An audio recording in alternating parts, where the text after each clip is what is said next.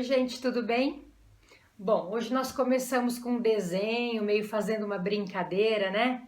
Devo, não nego, pago quando puder. Pois é.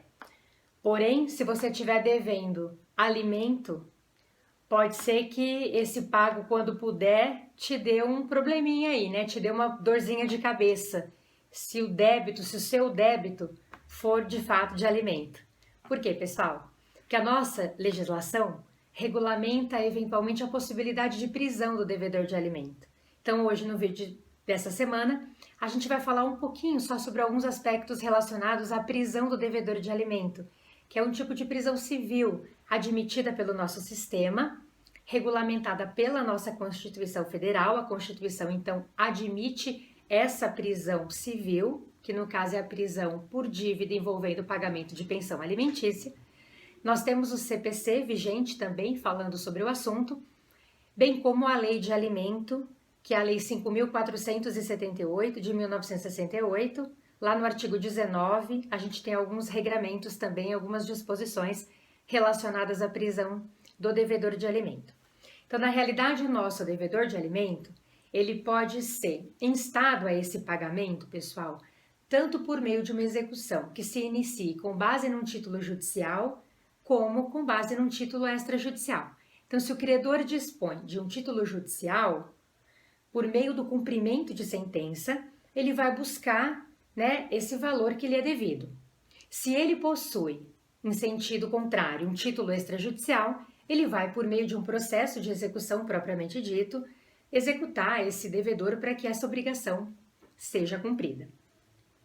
É importante destacar que a prisão civil, a prisão civil do devedor de alimento no caso, ela não é, obviamente, a única medida de execução que a gente tem. Então, a lei estabelece várias medidas executivas, no caso do devedor de alimento, mas não há como negar que a prisão é um mecanismo importante para que se tenha o cumprimento da obrigação, né? Aquele que deve alimento, ele sabe que ele pode ser ali surpreendido com a expedição de um mandado de prisão, e isso, né, na verdade, é uma probabilidade grande dele, havendo a expedição desse mandado, cumprir aquilo que de fato ele não cumpriu de modo voluntário.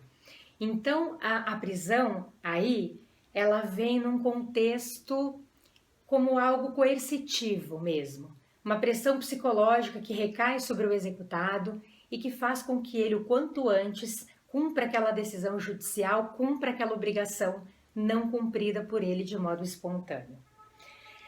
Muito bem, pessoal. Aí a pergunta que eu faço é: ele pode ser preso independente do tempo que ele está em atraso? Então, se o devedor está, sei lá, 8 meses em atraso na pensão alimentícia que ele tem que pagar ali, será que ele vai poder ser preso por todos esses meses que ele está em atraso? E aí eu respondo que não, né? O novo CPC vem regulamentar expressamente essa questão. Isso já era um entendimento de jurisprudência, inclusive sumulado. Eu me refiro aqui à súmula 309 do STJ.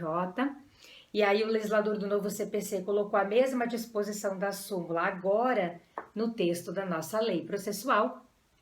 E aí a resposta vem mais ou menos no seguinte sentido: o devedor só pode ser submetido à prisão envolvendo as três prestações anteriores ao ajuizamento dessa execução e as que se vencerem ao longo do processo. Então, se ele eventualmente está, sei lá, 5 meses em atraso no tocante à sua pensão ali que ele tem que pagar, ele pode ser preso por 3 meses em atraso, contados da data da propositura da execução e envolvendo inclusive aí as obrigações que se vencerem ao longo do processo. Esses 2 outros meses em atraso ali, né, anteriores a esses 3 que ele pode ser preso, aí necessariamente ele vai poder ser cobrado, mas não pelo procedimento executivo da prisão, mas sim pelo procedimento da penhora, que é assim que a nossa legislação regulamenta hoje, já regulamentava de acordo com o código anterior, né? Nós temos também que agora o legislador do novo CPC, ele vem estabelecer de modo expresso, pessoal, o prazo, né, no tocante a essa prisão. A lei antiga também já falava nesse ponto, mas o legislador do novo CPC consagra ali na lei o período de prisão, que pode ser de 1 a 3 meses, isso vem também regulamentado de modo expresso, ele coloca que o regime a ser cumprido ali envolvendo essa prisão é o regime fechado, que ele deve ficar separado dos presos comuns, isso agora vem também disposto de modo expresso.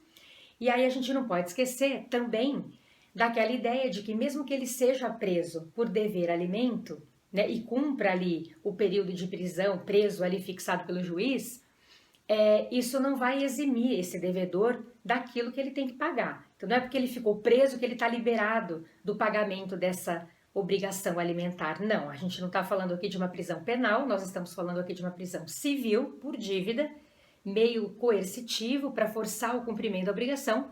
Então, obviamente, mesmo que ele tenha ficado preso, a obrigação permanece ali e ele tem que cumprir, de fato, aquela obrigação que recai sobre si.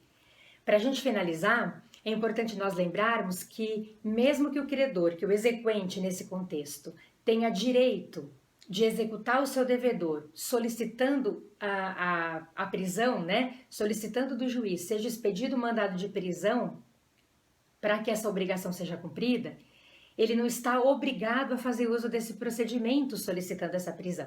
Se o exequente quiser, ele pode, desde logo, iniciar esse cumprimento de sentença ou essa execução propriamente dita, fazendo uso do procedimento da penhora, caso que não vai caber a prisão dentro desse contexto. Então, isso seria uma opção do exequente, não estando mesmo obrigado a fazer uso do procedimento da prisão, mesmo que ele tenha condições de se valer desse importante mecanismo envolvendo o cumprimento das nossas obrigações aí, pessoal.